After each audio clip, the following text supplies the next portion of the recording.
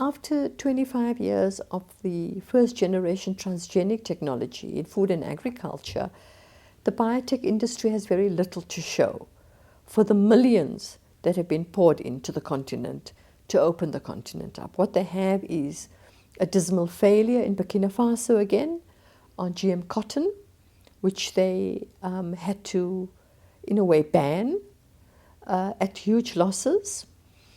They have maybe 2.2 million hectares of GM crops in South Africa, very little for a highly industrialized food sector. It's maize, and that's a big one because that's a staple food. But they've been unable to take control of the maize market on the continent. They've now recently had an approval in Nigeria on maize, cotton and cowpea, but there's a backlash there, and the Senate has asked for the regulations to be redrafted. South Africa has taken a decision to regulate all new breeding technologies, including genome editing, all of them. So the fight will be to include from SDN1 to 3, and the industry has taken South Africa on appeal on this decision.